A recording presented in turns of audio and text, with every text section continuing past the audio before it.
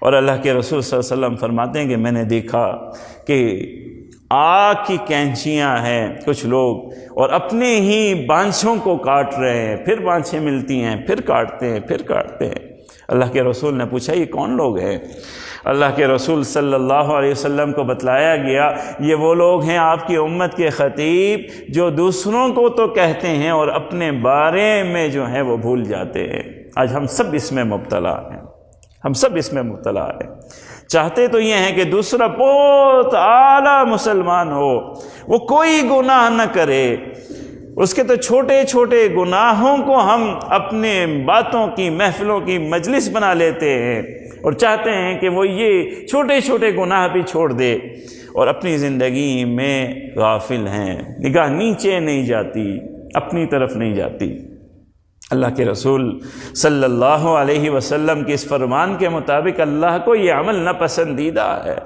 سب سے پہلے انسان اپنی ذات کو دیکھے، اپنی ذات کو دیکھے کہ میں کہاں کھڑا ہوں، کن نیکیوں میں کوتاہیاں کر رہا ہوں اور کن گناہوں میں پڑا ہوا ہوں، اس کے بعد لوگوں کو تعلیم کرے۔ تعلیم کرنا، یاد رکھیے، تبلیغ کرنا، دین کی کوئی بات کہہ دینا، امر بالمعروف نہی عن المنکر، یہ بہت بڑا عمل ہے، اس کا بہت بڑا اجر ہے، بہت بڑا اجر ہے، اور ہم سب کی یہ ذمہ داری ہے، اور ہم سب سے پوچھا بھی جانا ہے روز قیامت۔ ہر والد سے پوچھا جانا ہے کہ اپنے اولاد کی تربیت کے بارے میں اس نے کیا کیا ہے۔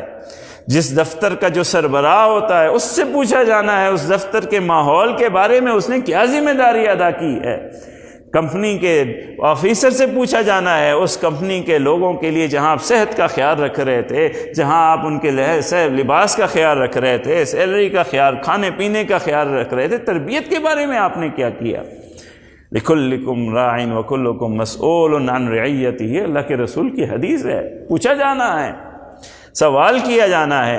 مگر یہاں جس چیز کو اللہ تعالیٰ ناپسند فرما رہے ہیں وہ یہ کہ ہم اپنا مشغل راہ ہی یہ بنا لیں کہ خود تو کوئی عمل نہ کریں، خود تو کسی گناہ سے نہ رکیں اور لوگوں کو کہتے رہیں، خود کوئی عمل نہ کریں اور لوگوں کو عمل کا کہتے رہیں، خود ہر گناہ کریں اور لوگوں کو ٹوکتے رہیں۔